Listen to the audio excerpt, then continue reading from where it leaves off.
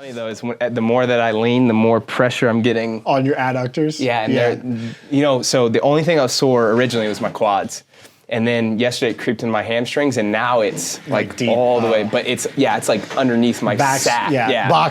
It's weird. Back squatting is just all adductor for me. I usually don't get it that deep unless it's a lot of reps like that. Like 100. Yeah, I was bouncing off my toes, so it's mostly quads. Are we good to go? We're good to go. Oh, we're rolling. All right. Sweet. Brannen, start us off with something sweet. Yeah. Good question. Well, the 2019 Open is over. It's the first year that we've had this format. So I think the big question for a lot of people, especially those that wanted to be competitive, was like, what's going to happen in the Open? Are the workouts going to change? Is Castro riding them? You know, I had all those questions from athletes that I have. So I guess the big picture thought is, did it change for you? Did it change the way that you're riding for your clients? Or? Yeah, well, it definitely changed because I guess my primary coach role was managing the online program and then managing athletes that are literally trying to qualify through the games now in the top 20. Mostly just Noah and Travis were trying to do that. That was definitely a tough process because normally it's not really stressful for them to go through the Open to get to regionals. If you take in top 20 from a region and you say there's 13 regions, they have to go like, I don't know, whatever it was, 150, 200 places back to actually get a qualifying bid to regionals. That's not that tough of a task for somebody at that level. But when it's top 20 in the world, now it's like, as we saw with Noah, literally just one workout where you don't execute up to standard and now you're not going. So that process made it a tiny bit more emotionally stressful dealing with my one-on-one coaching relationships. But I don't know, it's like one of those situations where like everything changed, but nothing changed at the same time. Like the workout structure, it's kind of the same type of process. Like you put anything 4-time, AMRAP, whatever, and you use all the movements in the gym, it's always going to get the same type of stimulus where it's like pain, discomfort, some sort of a bottleneck, some sort of a limitation, and the best of the best are going to probably rise over the course of 5 weeks. I still have some of those questions about Castro, like, did he write those workouts? Is he involved? It's like, was the whole CrossFit Games thing a personal vendetta against him? Like, what's actually going on that front? You know, he got so much hate when it was going on where he was the guy doing all of it. And now that he's gone, I think a lot of people are realizing, like, whatever personal grievances you had with that dude, he put a lot of thought and care into the construction of the workouts, the ensuring that there was some sort of judging standards at regionals. And, like, that system of getting people to the games was pretty good. And now, I don't want to say that it's not as good, but I would definitely say that there's more wiggle room for, like, you know, people to get in that probably shouldn't be there. The national champion thing is probably good for the sport long term in terms of its globalization, but maybe in the short term, not the greatest thing for like athlete representation at the game. So there were like all of those emotional things going on, and that was a different conversation I'm having with the top level people versus just people that were doing the Open. I felt for the people doing the Open, it was kind of the same. Like, it was fun, it's competitive. A lot of it's just survival, making it through all 5 weeks. I know I got sick in the 5th week, so maybe I'm not resilient enough to take it.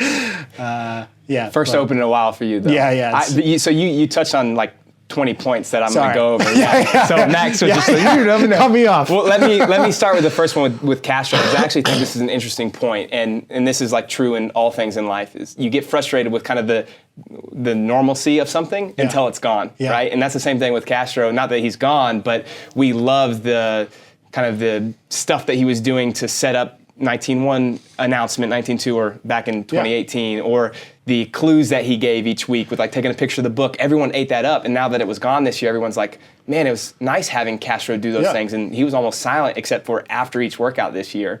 So I just think that's an interesting point that you kind of bring up. With that, though, do you see him as part of the games experience going in? Do you think he's going to be riding it? Man, I hope so, and mostly I hope so for the sake of some sort of continuity. And like, you show up at the games, it's probably going to be a decent test of fitness no matter what they put in it. Obviously, there's going to be some really good athletes already just through the top 20. Like, Frazier's there, Goodmanson's there, Travis qualified. Like, there's all these people that have been in the top for years that have made it in the top 20. And on the female side, Tia, Katrin, Sarah, like, all of the people that you would think would qualify, 90% of them got in through the Open or through the first couple of sanctionals. So from an athlete perspective, probably not going to change that much. But if he's not there, and like I listened to Glassman's interview and it sounded like he likes change and might not care what the mass audience thinks or what the new, like, hey, this is a sport group of people that are a big part of CrossFit, what they care. He's more concerned about what the core fundamental, like, business path of CrossFit is. And then he called the games a sideshow. So, you know, if you go and now the tests are like all different than what it was in the past, like,